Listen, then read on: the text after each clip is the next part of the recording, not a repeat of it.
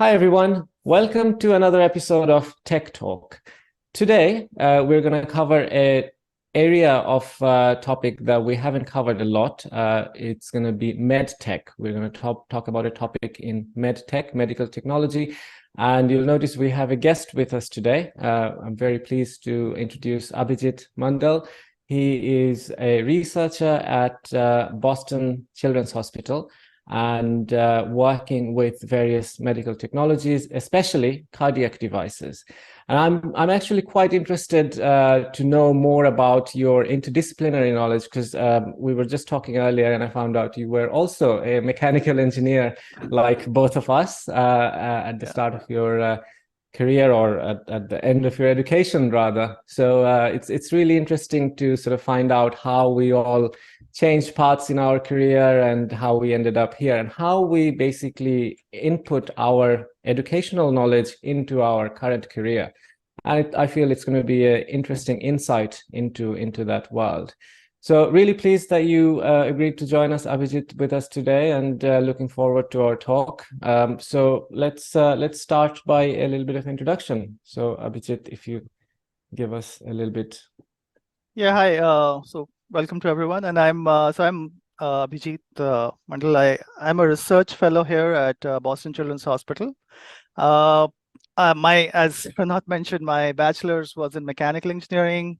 My master's was also in mechanical engineering, and then I did my PhD in biomedical engineering with focus on cardiac electrophysiology and sort of cardiac diseases, basically.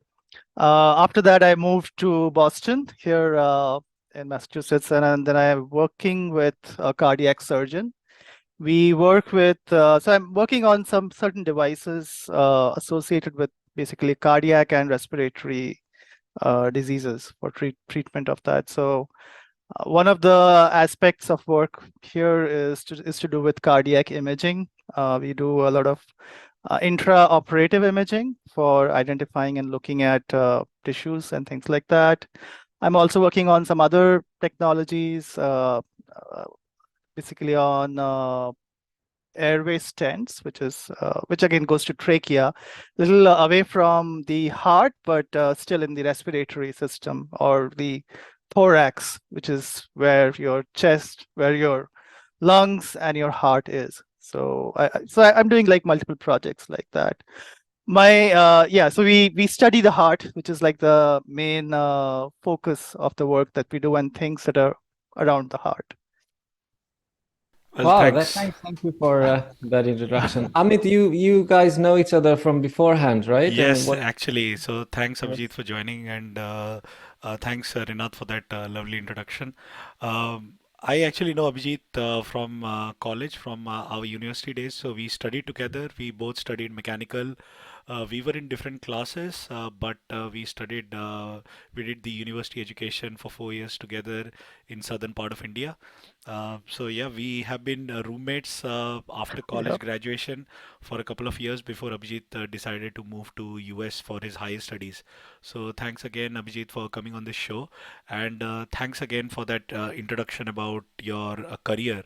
So that's actually quite a pivot that you have taken from starting from mechanical engineering and moving into uh, this medical field per se, without a lot of medical knowledge, but you still manage to apply your mechanical engineering education into this field. So it's actually quite fascinating to listen to you just talk about that bit right now. So I think for the benefit of our audience, let's start first with why cardiac devices? Was it by chance, or was it like an opportunity that came, or what? Why did you decide to select this area of research?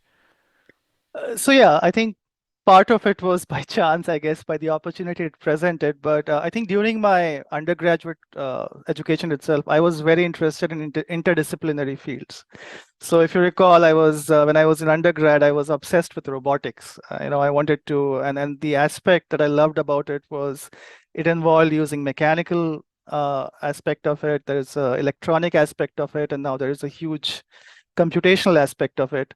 And my initial training when I came here for my master's, I tried to do a master's in robotics. Then I ended up in a project which involved some amount of robotic instrumentation, but it was for doing something more mechanical, I would say. So I was trying to microfabricate this device, which could roll up automatically by sensing without like crushing some tissue, which was sort of a long shot project, which ended up not being that way. But I got involved in more biomedical stuff in terms of generating cardiac tissues while I was in my grad school. And from masters, that sort of spurred me into biomedical engineering. The center where I was working was was basically for cardiac research, the CVRTI, which was Cardiovascular Training and Research Institute at the University of Utah there. And then when I was working, the work there was very bench oriented. So I was working with cell cultures and things that you do only in the lab. And so I got a little bit more exposure to like doctors. Some of the professors there were actually practicing medicine. They were cardiologists. So my interest was going more towards the clinical side and, doing something that's more contributing or directly helping patients, so, and the term we use in the field is called bench to bedside. So, you are trying to come up with these science and techniques on the bench, and then bedside means something that you made actually ends up to the patient or in the clinic. So that was sort of what motivated me towards making that shift. And I could see that a lot of the techniques and my engineering training I can use in this biomedical, in these in understanding what the disease is or diagnosing what the disease is. And, in best case scenario, treating the disease. I mean, that would be like, it's like the goal as a scientist, whatever you make ends up helping someone. Absolutely. And one of the things I remember I was talking to a PhD student in Cambridge University about 4 or 5 years ago. And this, what you said kind of reminded me of that conversation. And he was basically saying that in next 5 to 10 years, anyone with interdisciplinary knowledge would become really successful. And this was 5 years ago. And, I see that in my career and everywhere where I look, interdisciplinary knowledge is where new innovation comes all the time, because as soon as you have two different expertise, you have so many new opportunities, innovative ways to combine those knowledges to create something new.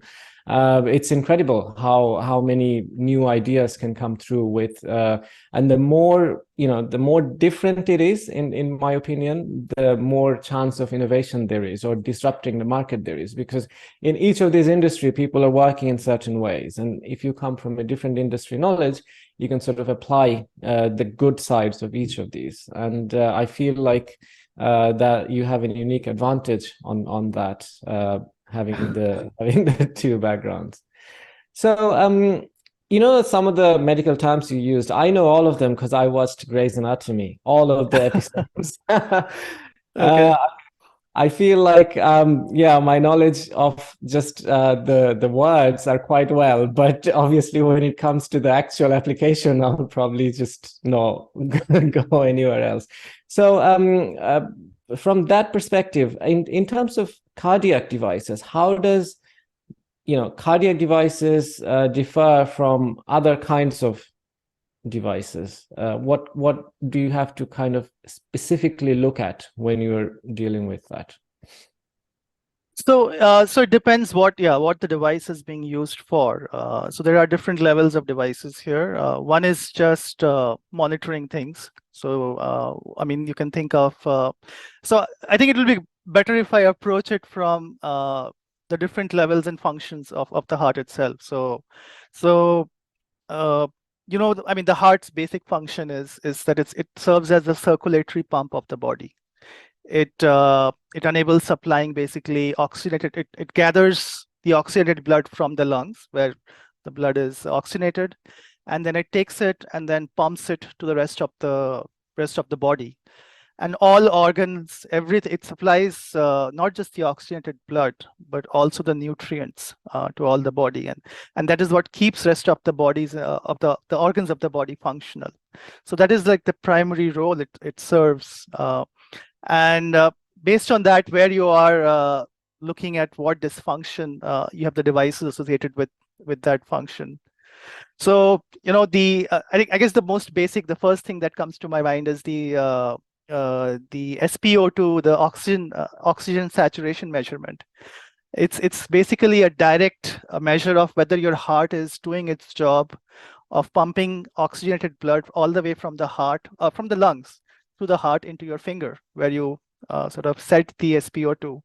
And if there are any dysfunctions in the heart, your SpO2 will directly go down. So if it's unable to, if there is mixing of the oxygenated and the deoxygenated blood in the heart, your SpO2 will directly go down, which is basically an indication there's probably a hole in the heart, and things are getting mixed up.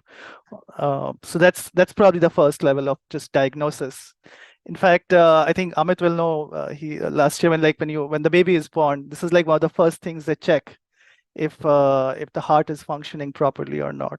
Yeah, actually, so they put the same machine that we used, especially during COVID.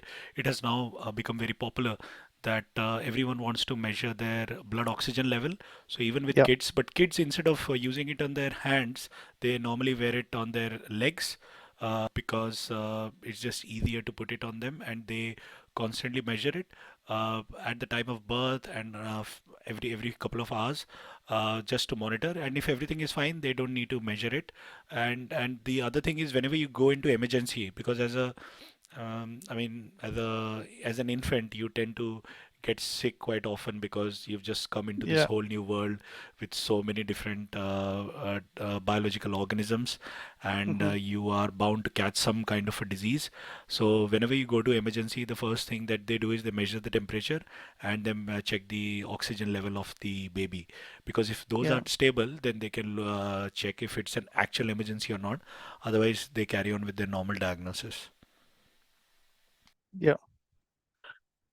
So I mean, yeah, that would be, I guess, the first thing. But in terms of vital signs, when you think about it, it's the two things that come to mind is, one is the blood pressure, and then the other is the heart rate, which is again, it's again, yeah, the SpO2 itself. The pulse oxygen meter also detects your the heart rate. It uses a different technology or a similar technology, but yeah, but that's the one they use for just getting the oxygen and the pulse. The blood pressure is like the other device. I think you all have seen that blood pressure monitor. The actual term is, I don't know if you have heard of, if you can pronounce it. It's called Sphygmomanometer. It's very hard to pronounce. It took me like, I remember the first lab I did when in grad school, and it took me, it's just a big pain just trying to remember that name. And where they measure your systolic and your diastolic pressure, which is like, again, one of the fundamentals. Every time you go to the doctor, this is the first thing they check. And again, it's again a function of how well the heart is functioning, or so that's the one thing. Then you have the pulse heart rate monitor, which is again the SpO2. The ones that you wear in the Fitbit uses slightly, I guess the underlying technology is the same, but the light type is different. The SpO2 uses like red light and the IR. That's why you see those red flickering light. The ones on your Fitbit or your fitness trackers, I have a Fitbit, uses a green light, which is basically absorbed by the oxygenated blood, and it measures, as your heart pumps the blood, the amount of blood going through your artery and vein is also changing, and based on that, the absorption changes, the amount it absorbs, and that is what they measure, and then that is how they detect, what the heart rate is. Right. Okay. Uh, This actually reminds me of an interesting TED talk I've seen as well, where someone was trying to detect the heart rate from a video of the person. So mhm. based on the heartbeat, our color of the skin is very slightly changing, which is invisible to the naked eye. But if you analyze the video, the redness of the skin is also changing because of the way the heart is pumping the blood. And it was quite interesting how, by that kind of analysis of that video, you could also get the heart rate. I think that's like one of the most visible thing or visible feature Yep. in, right? People blush if they're nervous or shy and things like that. So heart is actually quite, to sort of know, how do I put this? So the state of the heart is actually quite easy for us to do, and even socially we try to understand it very quickly, whether a person is nervous, anxious, or whatever, excited. So I think where I used to do a lot of cycling in Chennai, and we used to monitor our heart rate very regularly and thoroughly, especially because there are these different zones where if you exercise at those heart rate zones, then you will consume the maximum amount of fat, or you will have the maximum amount of oxygen in your blood depending upon the heart rate, and that's when you will be able to push yourself much harder, etc., etc. So I think it's quite fascinating to see this heart and lung combination. We used to call it the engine. So our body has this engine, which is the lungs and the it's like the carburetor, I think, and the engine, where we are getting the fresh oxygen, and we supply it to the blood, and then the heart pumps the blood to the rest of the body, and it's just incredible. So we've talked about the monitoring part of cardiac devices, but I'm sure I mean, if we want to divide, like categorize based on the type of work they do. So a few of them do monitoring, but then what other kind of aspects of cardiac devices are there? Some of them I would imagine would be helped in the operation theater. Oh yeah. Yeah, so that is going, I guess, to the other extreme of it. So I think, as I think one of the things that, as Amit was telling me, his discussion topic, basically the thought that come to my mind was like the cardiopulmonary bypass system that's there, which is what you need during surgery. I mean, yeah, so for any cardiac surgery, I guess the main machine everybody comes to mind is the heart-lung machine, what is called. And it is used to bypass the function of the heart temporarily, so they can work on the heart itself. And I think that's yeah. So it's basically a pump system, and the way so if you're going to the OR, so the surgical aspect of it is the surgeon wanting to do any kind of repair on the heart. It's difficult when the heart is beating. And you can't, and the heart being such a vital part of your life, you can't stop the heart. If you stop the heart, blood stops pumping, reaching the organ, you die basically. It's sort of one of those futile organs. And the way they do the bypassing thing is they use a separate pumping system, which sort of bypasses the heart. So the pumping is done through this cardiopulmonary bypass system. Basically, while your heart is on this bypass system, not your heart, your body is in the bypass system. They use this solution called the Cardioplegia, which is sort of a concoction of a solution with some ions, particular ions, which basically stop the heart from beating. And if you the way the heart beats, and it's basically made up of these muscles and excitable cells. And what the solution does is it goes and changes the electrogenic environment of these cells, which stops this heart from creating the excitation. So your heart actually literally during, once they send you on cardiopulmonary bypass, the heart stops beating. But mind you, the heart, I think the incredible thing about the heart is it is not just supplying blood to the rest of the organs, but also itself. So, yes. So the bypass, when the heart goes in bypass, it's supplying, it's supplying blood to the heart itself. At the same time, it's supplying things to supplying blood and nutrients to the rest of the body as well. So yeah, for cardiac open heart surgery, any kind of surgery that they do on the heart requires, I think the main star of the show is this cardiopulmonary system. And if you go to a cardiac OR, it's a huge team effort. It's not, I mean, there is the primary cardiothoracic surgeon who's going to actually, who's trained and actually is going to operate on the heart. But then there is the anesthesia team, which maintains that the patient's vital systems are fine and the patient remains in that sleepy, what we call the putting the patient down. So it's remains in under anesthesia. And then you have the pump team, which controls and sees that the pump pressure is maintained at the correct pressures. You're not overloading the heart or the body. And of course, there's the circulating nurse and all who are looking at it, who are just managing everything that's going on in the OR, keeping tabs of all the personnel. Then we have each surgeon has a PA, a physician's assistant.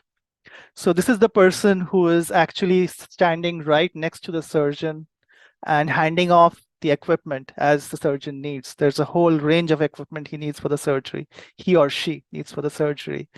So so there's a lot of things. There's a huge team effort going on. There is, during a cardiac surgeries that I have been, there are at least 10 to 15 people involved during these surgeries. So yeah, there's a lot happening there, I would say. Right. And Boston Children's Hospital is actually a training hospital. This is where surgeons get training. So sometimes there is an additional third person who is the trainee who's standing on the other side of the OR bed and being trained by the surgeons who's giving him instructions. Wow, that's quite interesting, Abhijit. And I mean, when you were talking about it, I think yeah, you covered that point that heart has to supply blood to itself. But you see in movies that they try to give an electric shock to the heart. So what is that part? And why does a heart need electric shocks to get revived? Yeah, so I think for that, I think I have to move a little bit, step back a bit and talk about the functioning of the heart, So I think most of us think of heart as a pumping, I mean, it's basically a pump, biomechanical pump. The way I like to think about it, it's a bio-electromechanical organ. So it's got an electrical component of it as well as a mechanical component of it. The mechanical component being the pump, right? It's got these chambers, it's got these valves between the chambers. There are this piping structure, which is which are the great vessels and all. So it's bringing blood in, getting it into the right atrium. There's a valve that controls it. From there, it goes to the ventricle. The ventricles basically, the ventricle then pumps it back to the lungs where it gets oxygenated, comes back through the arteries and then the pulmonary veins, comes to the left atrium, then to the left ventricle, and then from there it gets pumped to the rest of the body. So that is the mechanical aspect of it. There are 4 chambers. The right side gets deoxygenated blood. The left side pushes oxygenated blood, deals with oxygenated blood. And as you know, the atrium contract, so the pumping occurs, the contractions occur top and then bottom of the heart, even though it's divided left to right. So the atria first pump blood, pumps in, and then the ventricles contract to push blood out.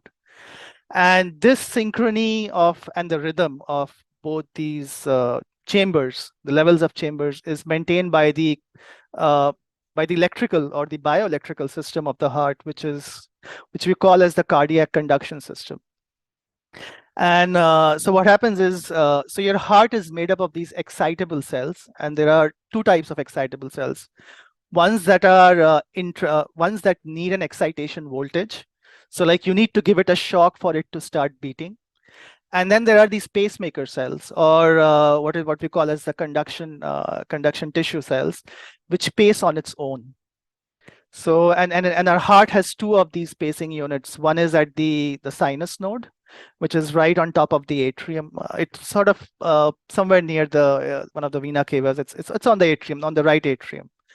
And then there's one that sits, it's the atrioventricular node, which sits between at the junction of the atrium and the ventricles, and just over the septum where the wall is. And so this SA node is basically what's shooting basically these electrical signals, which get transmitted across this conduction tissue, which sort of, you can think of it as a wiring that goes and excites your ventricles and atria, which when it gets excited, when you pass that voltage, it contracts, and then it repolarizes and it sort of expands. So it is this conduction tissue or a bioelectronic aspect of it, which sort of, maintains this rhythm and creates these beats and the contractions. So the defibrillator actually puts the heart back into the rhythm, or does it actually starts the heart when it's sort of not beating? Because in movies you see that it's not beating, and it you kind of shock it back to life. But I also read somewhere that it's not about beating or not beating, it's about it kind of loses the rhythm and you kind of reset it. Exactly. Right, okay. Exactly. So you have to just differentiate. There are two types of these devices. One is the pacemaker. So when some of these hearts lose this pacing, have some sort of dysfunction on these pacemaker cells, and they need these, they are called permanent pacemakers, which basically supply the beats, the beat that the sinus node or the AV node is not able to supply, and that's what causes the beating.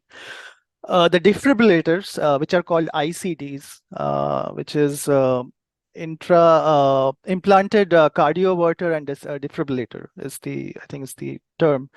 And they are exactly right. So when this electrical, sometimes when you have arrhythmias, and these are like conduction issues, it's still a hot topic of research in trying to identify and study how these are caused and all. Basically, this conduction, this rhythm is somewhat disrupted, and what happens is you start getting sudden spikes of I think these are called ectopic beats. They're like regions, just random beats. This rhythm gets disturbed, and you were exactly right. The defibrillator basically shocks the heart when it detects such irregularities, and it just resets the conduction back. So these patients basically, so the defibrillator, what it does is basically it has a sensor which senses if there is any, defibrillation, any sort of arrhythmia or irregular beating occurring.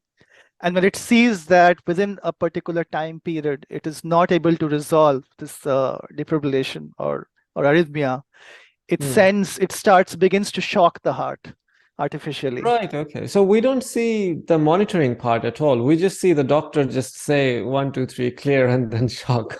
Well, so when the heart is arrested, yes, exactly. So that is the defibrillator you see outside. Right. So if so I think one of the very big very big industry for medical devices are these implantable cardio ICD devices. Right. Yeah, you were mentioning the word pacemaker as well, and I was going to ask that. We know pacemaker is like something that you sort of put in and then live with it after, to support your heart, like a man-made equipment. But yes. Right. Okay.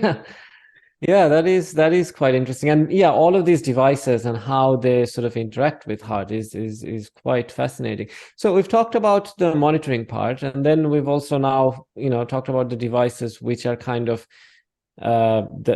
in my head, it's like the mid-level, like the during operation and, like making maintenance of the heart. But what about like the technology available post an operation or after? Like we've done the monitoring, we've done the operation or whatever, but what kind of devices are there to support or maintain the heart afterwards? So I need to clarify regarding the defibrillator. So I think what you guys are talking about is the external defibrillator that that the doctors use. So that is so that is different than an actual implantable cardioverter defibrillator. So I think we should step back a little bit because I think I might have just gone over multiple places. No, I'm actually very interested to know I didn't even know that there's such a thing exists. I didn't know there is an implantable thing. I always thought that no, in there the movies. is. So you're the expert here. So, somewhat, I guess it's based on the company here. So the one that you shock, and that is sometimes they also use in surgery. So once they arrest the heart, I was telling you, right? They use this chemical concoction that they give to the heart. The heart it stays on that arrested for a while, And sometimes when they have to revive the heart from beating, a lot of patients, it just revives, but sometimes they have to give a shock and then it sort of starts beating again. So that is basically the fundamental, that you just give it a shock and it resets the heart. Now, some patients, and this is not surgical, this is just patients will have arrhythmias. Patients whose heart will suddenly start, there will be problems with the conduction, or and it will suddenly start creating these random electrical signals in the heart, which you cannot control, and you will feel. If the heart stops beating properly, you will feel that irregularity because of that. So in that, what patients do is, first thing, what the doctors will do is they would want to monitor to just confirm the diagnosis that this patient needs this ICD is. They would want to monitor this event, these irregular events, the arrhythmia events that the patient is having, because these are very random. This is not something you go to the doctor and then it's very hard for them to reproduce. So what they do is, there are two things. One is what's called a Holter monitor, and this is something actually I went through. I don't have defib. I had some chest pains once, which ended up being basically heartburns, which is, if you eat something very acidic, it becomes, and it gives you. And I was scared, but the doctor basically gave me this Holter. They put you on this Holter monitor, which is basically, it records your EKG continuously for a couple of days, just to see if it comes back or something. So you you put it on your pocket. There are electrodes placed on your heart, the regular electrodes on two sides here and a few here, and it just records your EKG for the whole day. And then they see if there are any irregular beats or any irregular signals. But this Holter is like a huge chunk of, it's like a Walkman that we used to have. I remember. And you can't take it off, because so they give it to you for a day or two usually. But if it's for longer, if they want to record for longer duration of time, what they do is they implant with you what's called an implantable loop recorder, which is basically this really small pen-sized, I shouldn't say pen-sized, but many pen diameter sized device that they sort of inject, I shouldn't even say inject, it's sort of, they make a small incision on your chest, a really small one, and then just place it superficially, not inside, basically into your skin, and then just seal it off. And that has a sensor and a recorder. It's called a loop recorder, basically. So it basically records the heart's electrical activity. It can record up to an hour. It can maintain. It's got a really small memory, but it basically, if it senses any arrhythmia or an irregular activity, it starts recording it. It also comes with this remote or a switch that the patient has, and they can sort of keep it in their pocket or tie it, keep it around their neck. And if the patient himself feels uncomfortable and he thinks some sort of event is occurring, he can tap on that and record that event. And then they come with I think either you can directly record, report to the doctor, or it comes with a pairing device which sort of sends the data to the doctor. So those are for arrhythmias, and this is purely a conduction problem. So like of the conduction system, the heart starts behaving, like the electrical activity starts behaving irregularly, and the way they have thought of is just shock the heart, it fixes it. It just resets it. So patients can they're having arrhythmias, they suddenly start feeling, and it just shocks them and puts them back. And by the way, the voltage. Computer. It's like turning the computer on and off, right? It's sort of, yeah, you can think about it like that. And the thing is, when they use the defibrillator, as they show in the doctor, subcutaneously, it's like from the skin, you have to give a higher voltage. And that is, when you're shocking the patient at that voltage, it's sort of, they'll be in pain. You'll feel the shock. But when you have the implantable defibrillator, the amount of shock the voltage is much less, and definitely not as painful. Yeah. So, So that's how they Abhijit, do it. when you talk about these implantable devices, so there is a way to put them in, but then how do you take them out? Do you have to go to the doctor again and they take them out? What about the cell? Say every device, medical device will have a battery or something to power them for some time, and after the power runs out, they have to remove it. So how does all that work? Yeah, so that is one of the problems. Yeah, people with implantable cardioverters or pacemakers have. Usually, so for pacemakers, I know a battery can last anywhere between 5 to 10 years, depending on how much. I mean, depending on actually how much pacing, what the threshold voltage is. There are like a couple of parameters when they are setting these devices. And in terms of your defibrillators, I guess the problem with defibrillators is the shock is a little bit higher voltage. So it uses more. So the more arrhythmias, the more incidence of these arrhythmias these patient is getting, the more quickly the battery will get used.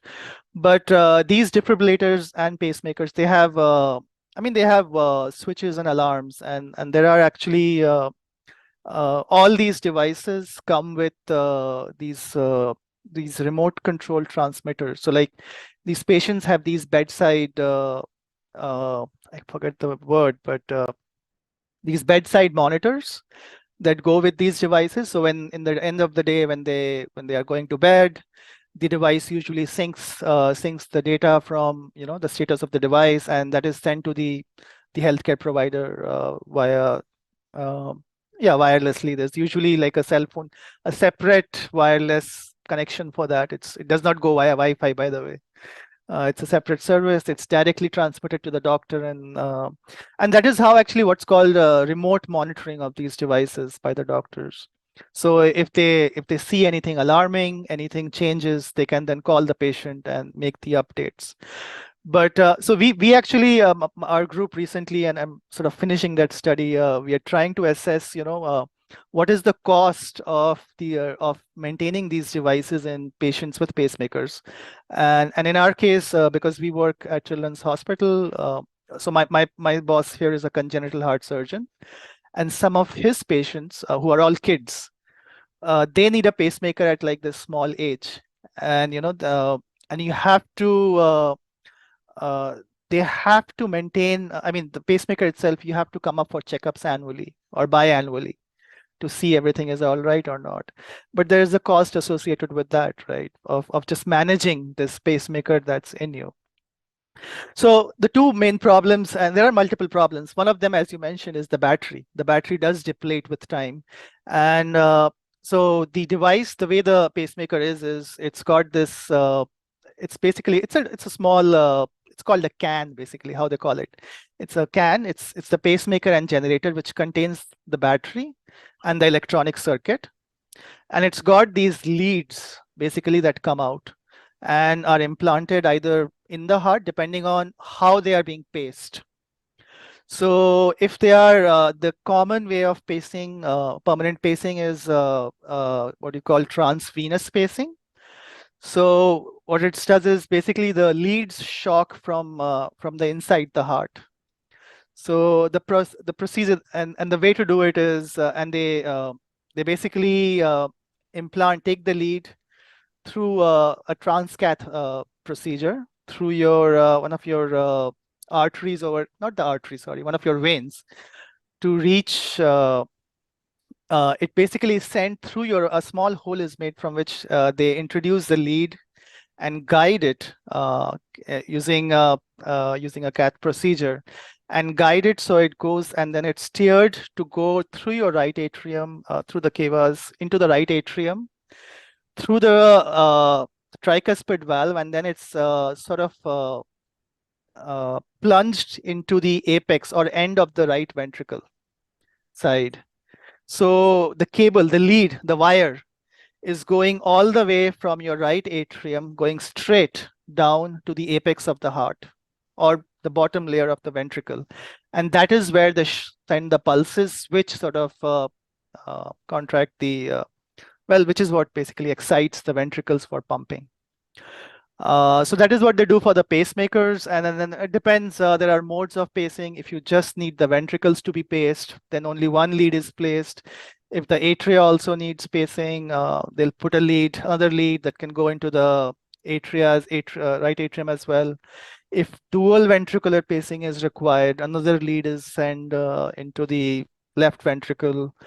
There are some complications where patients need dual ventricular pacing as well. Yeah, there are Right. some pacing issues. So I have a question regarding the power of pacemaker. You said, the pacemaker battery could last 5 to 10 years, right? But then Generally, again, yeah. there was another device which you said with a small incision, and then that lasts only for an hour. But they're both very small devices. Why can't the same kind? I mean, does it require more power? Is that why it lasts less time? No, so first of all, the devices are very differently sized. So your pacemaker, the size would be, I would say, somewhat smaller than your mouse. Oh, right. So that's quite Yeah, it's not as thick. It's a thin device because it just stays under your skin here so. size. This But makes me think of another way. So why is there a way? So I'm just thinking of ways to not have to, replace it at all after 5 or 10 years. So is there a way, like when the heart is pumping the blood, that's like a flow of blood is going. Can it like generate charge itself with some sort of mechanical device, for example? So it never requires replacing after 5. well, yeah, so there is research going on that. There is no commercial device that I know of. Right. So the way it works is the pacemaker itself is not implanted on your heart. The battery and the generator stay somewhere away from your heart, and it's Okay. actually right below, I think, the left side, just below, I think, it's called the percutin. I forget the muscle's name, but it's right on top of your chest here somewhere, where Right. they put it down there. It stays safe there, and it's just this lead, I mean, which is basically a wire which is going and pacing, giving the shocks. So yeah, it's an interesting thought. I think people are working on that concept, but there is no so far nothing viable has come up. And so I was telling earlier when I was saying the battery replacement thing, this is more of a pediatric patient problem for children because, they have just started their lives. They have to live for decades now. So for them, this is a big problem. But if you look at usually patients who get pacemakers are really old people, elderly people. And for them, they are not if they are not very mobile or not into very high intensity workout or any sort of exercise, yeah, very high cardio lifestyle is not there, their pacemakers will probably end up maybe 8 to 10 years is a reasonable time for them. But I think it's basically dependent on the battery technology, right? So I think now as battery technology is condensing more, you have electric cars which can go much longer. And in terms of pacemakers, in fact, I think Medtronic has one of these really small pacemakers they have invented. I'm not sure if it's still getting implanted or not, which gets rid of the whole leads. Right now it's like the scan with this long wire that goes all the way through all your veins, and then enters the atrium and then through the valve. By the way, this lead actually touches the valves. So in fact, this lead can cause, eventually, one of the complications is it can cause blockage of the valves or dysfunction of the valves over time, because the valve completely is always hitting this wire which is not supposed to be there. So they have come up with this really small device, which is, I think, a couple of centimeters long, and maybe comparable to the loop recorder, even smaller than the loop recorder, which can be implanted right at that junction at the end, where in the ventricle, in the end, near the apex. So you don't need this whole long lead that's going and sitting there. But it's again, it's still not something that's I guess I'm not sure if maybe it's still in the trial phases. I'm not aware of it being available to patients as of now. But yeah. So, Right. Abhijit, like you mentioned about the arrhythmia and diagnosing and monitoring them inside the body and outside the body by giving them a shock. But that is mostly to do with the electrical aspect of the heart. What about the Yep. mechanical aspect? Like suppose there is a pressure drop because of a hole in the heart, or the oxygen and the oxygenated and the deoxygenated blood are getting mixed more. So for those kind of like mechanical issues, what kind of devices are then used inside the body? Say a lot of people have these blocked arteries. What kind of devices are used to fix those kind of cardiac issues? So yeah, blocked arteries, I think, is like the most common and common form of disease. It's called the coronary artery disease. What's it called, as it's called? So what are the the coronary arteries are basically the arteries that are coming from the aorta and basically giving blood to the heart itself. And if those get blocked, your heart will stop functioning, and it'll your heart tissue will stop getting the nutrients and the oxygenated blood for it to function itself. Uh, there are mainly two main procedures. One is the angioplasty, which is again a transcatheter procedure where you don't need to do surgery. All you do is you get access to the artery from one of the femoral arteries on your leg, and you pass. What you do is you basically send a balloon there to the blocked region, and you inflate the balloon and try to see if it clears the blockage or not. If so, first they try what's called the angioplasty, which is just go send the balloon, expand the balloon, and see if it unblocks. Does it not sort of burst the artery? But because if you're expanding the balloon, would it not like reach the limit of the area? Yeah, so Or- there's that. No, so that's why it's not a huge balloon. It's the balloon size. They have sizes of different balloons, so you pick an appropriately sized balloon, and then and all this is done via and under X-ray. So they are doing this radio in this through X-ray. They can see where the balloon is moving. In fact, before even they go into the balloon, the way they detect these blockages by injecting radiopaque dyes. So they go to yes. this place, inject this dye through the X-ray. They can see, if there is a blockage there or not. Mhm. And in the same way, they will then remove that, sort of guide the catheter there, send the balloon, try to expand. Yeah, it's a very small balloon, and that's why the balloon always does not work. So, and that is when it's the balloon will expand, but the blockage will not clear. Right. So, So, I mean, they will. that makes me think, what happens if it's just from a completely different perspective outside of medtech, maybe a very stupid question, but what happens if you just make the patient like do physical exercise or run, so the blood flow the pressure is so much that you don't even need the balloon, it just forces through the block, whatever is blocking the artery. Yeah, I don't think that works. In fact, I mean, the blockage, the nature of the blockage, the way it is, it's basically build up fat and cholesterol. I mean, that's what you hear. So it's sort of inbuilt in the tissue, and it might. Yeah, I don't think the coronaries will develop that much of pressure, because these are like the coronary arteries are really small there. So I don't think that is a viable way of doing it. It's what it's doing is, yeah, the pressure increases, of course, when you're doing exercise, but it's not enough to, yeah, sort of. And thing is, yeah, not enough to clear the blockage. And also, by the way, when you are doing the exercises, you're also increasing the load of your heart, which, if it is blocked, the artery, the coronary artery blockage will stop blood from going into the heart and Oh, reaching that limit itself.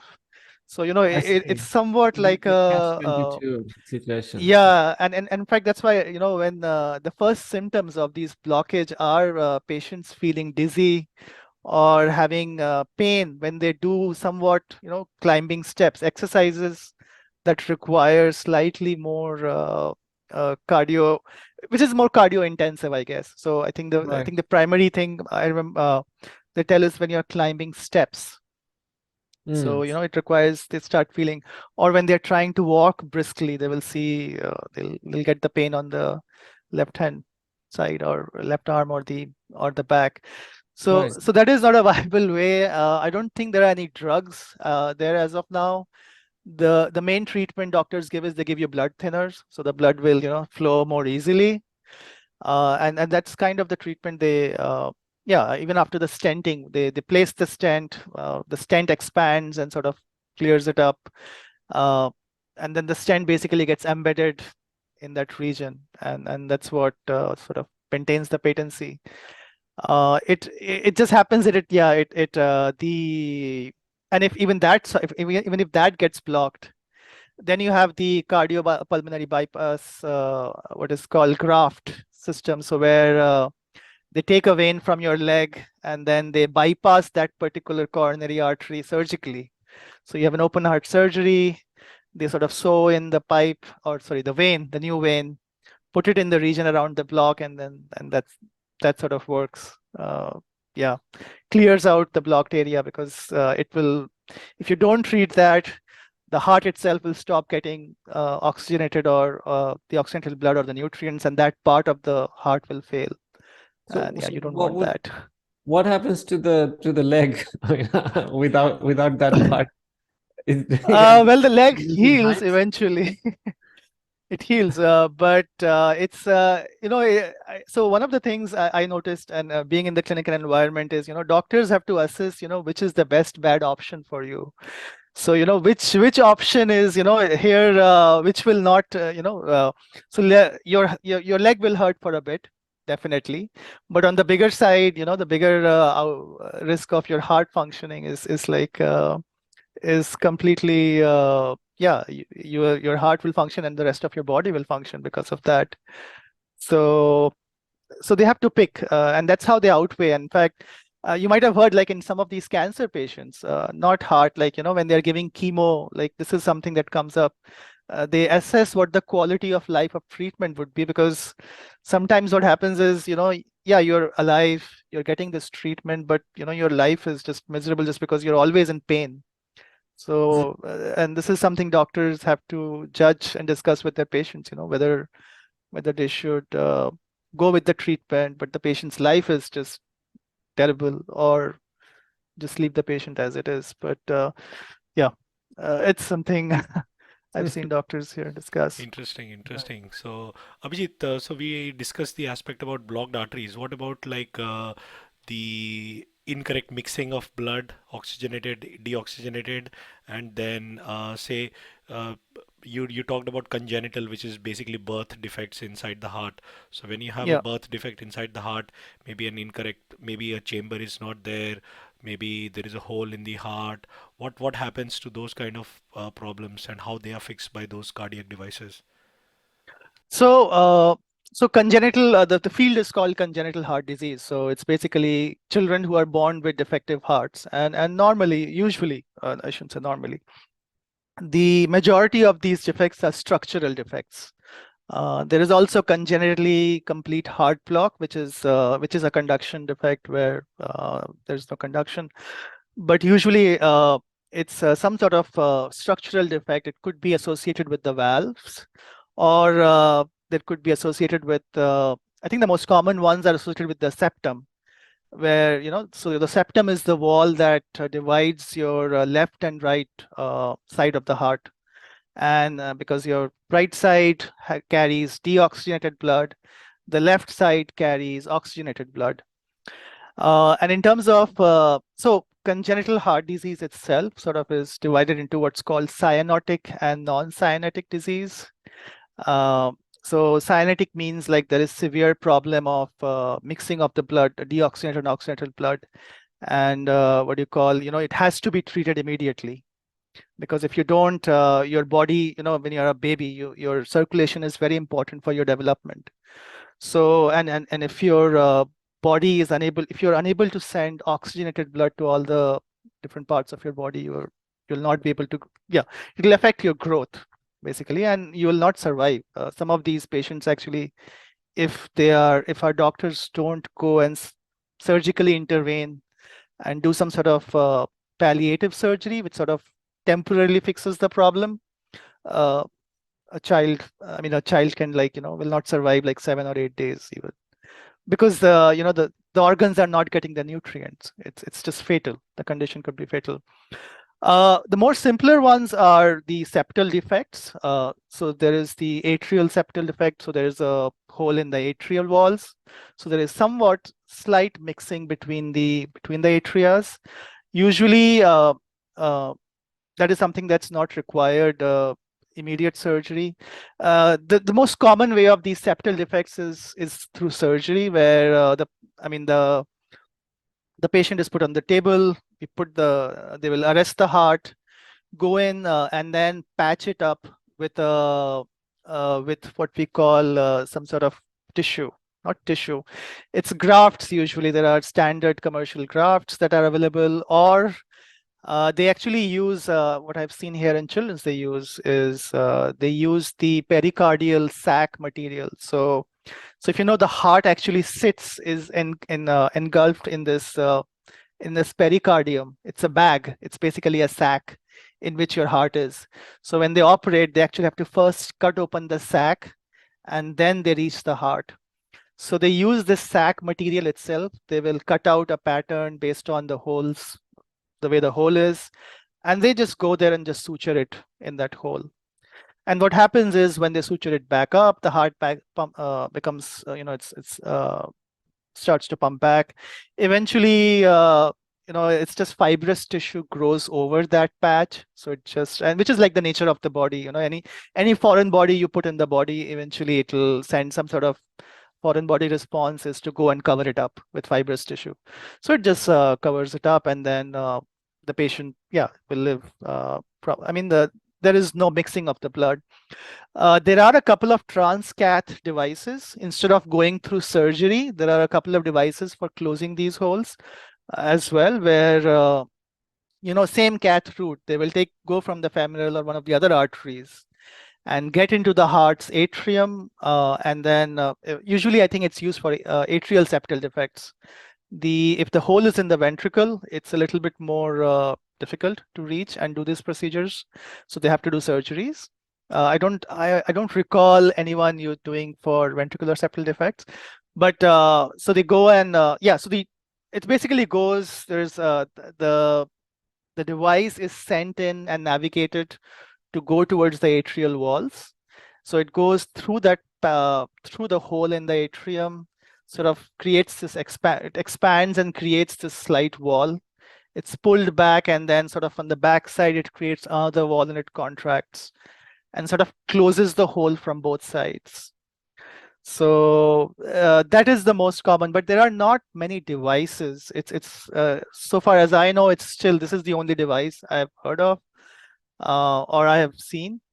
But again, because I work with a surgeon, I've seen him mostly do surgeries and do these repairs. And I remember, so from the beginning of the podcast, when you mentioned about the color of the skin, right? So this is one of the big the cyanotic diseases. It's also like commonly known as blue baby syndrome. I don't know if you have heard. So basically, what happens is, because the blood the body is not getting oxygenated blood, and you guys know deoxygenated blood is actually slightly bluish. So the baby's basically, the skin turns blue, and that is because of the color of the blood is not the blood is not going, the red blood, the oxygenated blood is not going everywhere. So I think recently one of my wife, she knows a mother and whose baby had to be taken to the hospital because she actually turned blue. She has asthma, genetic.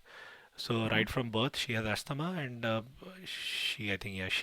so because of that, her body was not getting enough oxygen, and so it's not related directly to the heart, but just because you're not getting enough oxygen, you start turning blue. So they had to give her like the inhaler, so to fix this problem. But yeah, it's pretty scary actually to see your own child going through so much pain and at such a, I mean, you think that okay, when someone is born, they're perfect and everything will be fine. If they are healthy, they'll heal quickly, they'll recover. But then when you see and hear about all these diseases and genetic defects, then you start worrying quite a lot. Yeah, and especially like these cyanotic congenital heart disease, which are considered complex. The thing is, I mean, I think the most basic way of thinking is, and as I was taught in our school, is the size of your heart is considered the size of your fist. Yes. And think about the surgeon's ability here. Like, he has to. I mean, for a kid, how small? I mean, it's like a smaller than a strawberry shape Yeah. and size, and the surgeon has to figure out how to go and correct these structural defects. So I think one of the I don't think so. In these more severe congenital heart diseases, one of the approaches is to do surgeries in stages, so they can actually do because one of the big problems here also is that the heart is continuously growing right now, right? The baby is born the first 10 year. I mean, basically from year 1 to year 20, your heart is keeps growing basically. And in kids, especially, the rate is much faster for the first 10 to Yes. 15 years. So any sort of, you cannot, you don't have the option of implanting any device at that age because you have to account for the growth of the heart itself. And especially for these cyanotic babies with cyanotic congenital heart diseases, they have to, what they essentially do is, and in the most simplistic term is they modify the plumbing a bit of the heart so that, they are bypassing. So I guess the strategy is called a palliative approach. So what they do is they are not exactly curing the heart disease, but they have made some modifications so that the body still gets the whole the blood, the oxygenated blood is sort of transported to the heart everywhere. So they will make changes to the way the arteries are placed, and so the blood is supplied and the baby keeps growing, and the child is growing, and then once he has like grown to like 4 or 5 years is an appropriate size for them to conduct a surgery, they will then go again. The child will again have to be brought back, and then they will make further modifications to the heart, and then so that for the next few years the child can again grow. So yeah, it's sort of, I mean, from an engineering aspect, you have to think this biomedical engineering, it's come up more in the last 15 to 20 years. I would say like maybe 10 to 15 years. But like before this, it was also these doctors who were doing all this engineering, trying to figure out, how to get these patients to live off by just changing the plumbing or mechanical aspects. So the pacemaker and the defibrillators, these were again devices that were discovered by cardiac surgeons.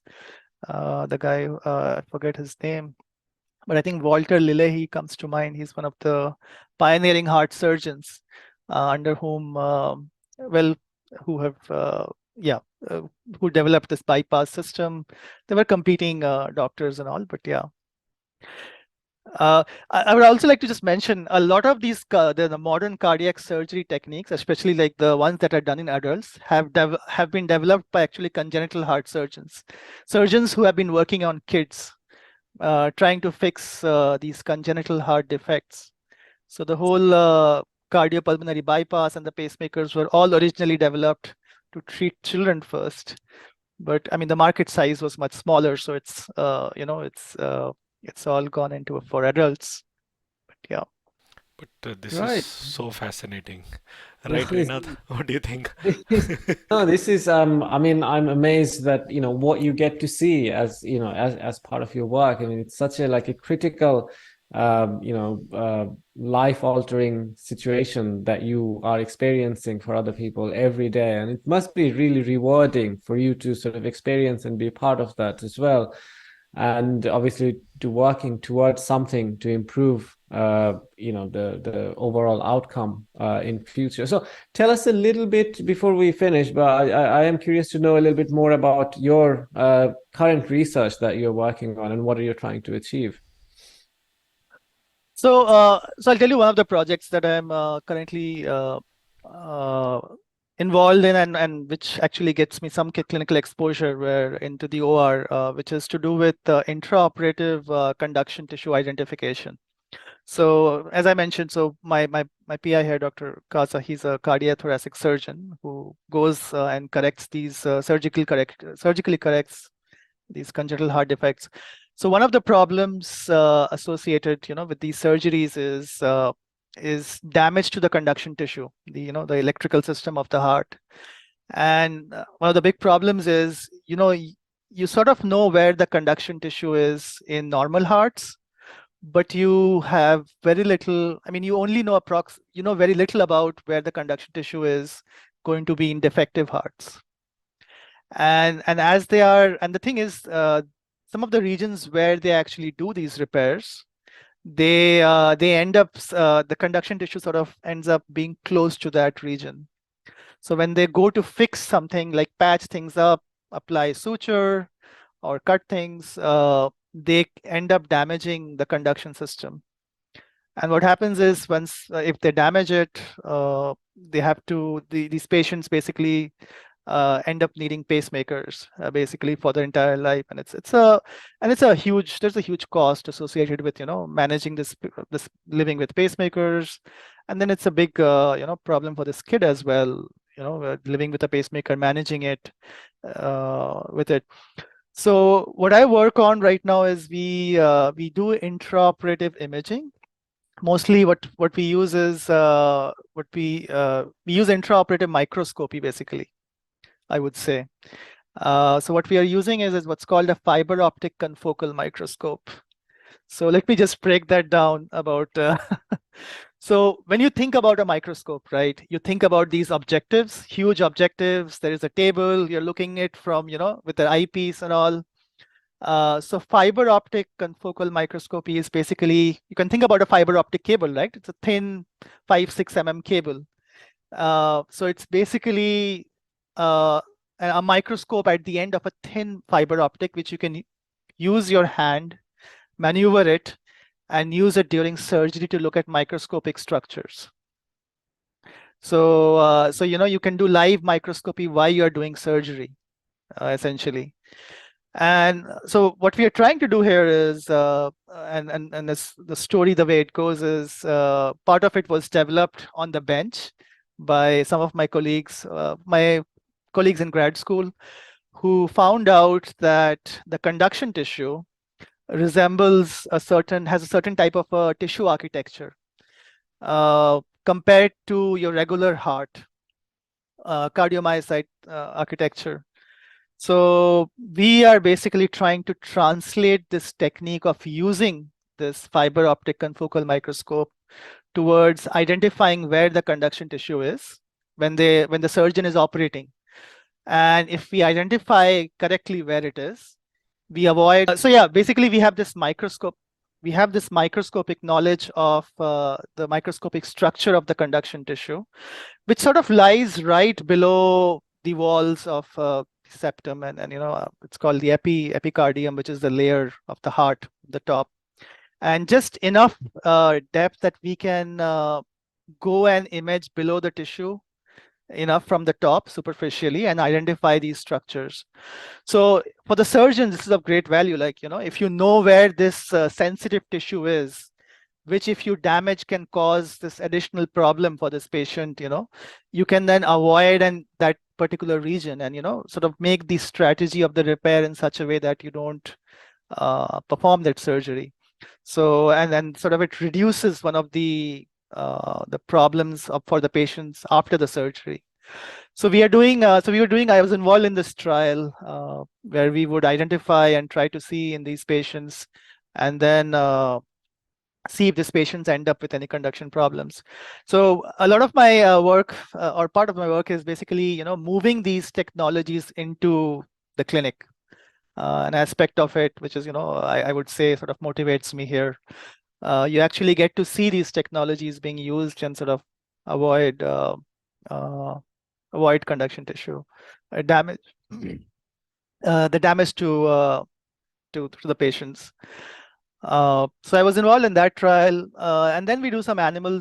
So any sort of medical device development, by the way, is always started with a small animal model in rats. Then you move to a large animal model, which is, it could be pigs or sheep. and then they moved to humans. So in this project, the rat aspect, the small benchtop, small animal aspect of it was done by one of my colleagues, grad students.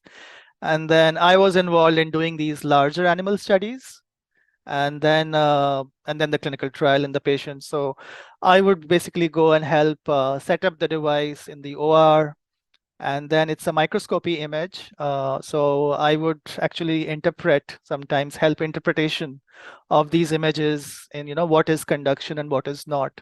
And then the surgeon would confirm and decide accordingly, whether he wants to operate here or, make some changes to the operation or not, or modify where he wants to operate. So yeah, that was interesting for me. Yeah, I had never been to an OR like that, and just to get to see all that, that was sort of amazing, I would say.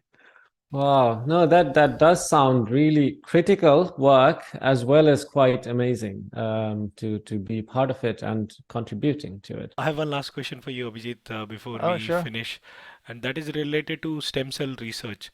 So, I mean, there are all these congenital issues with respect to the heart, and there is a lot of research going in the stem cell world where you want to create any cell from a stem cell. So, are there any, I mean, areas of active research going on that you are aware of that can help with these congenital heart diseases with respect to stem cells? That is, I'm not aware of any. Yeah, not with respect to congenital heart diseases. So the problem with congenital heart diseases, it's more because of during development issue. I mean, Fetus during the development. development of the fetus. Yeah. Okay. So some of the, so the thing is, all the congenital heart diseases, we don't know how these are caused. Some of them are genetical. Of some of them are associated with certain drug use.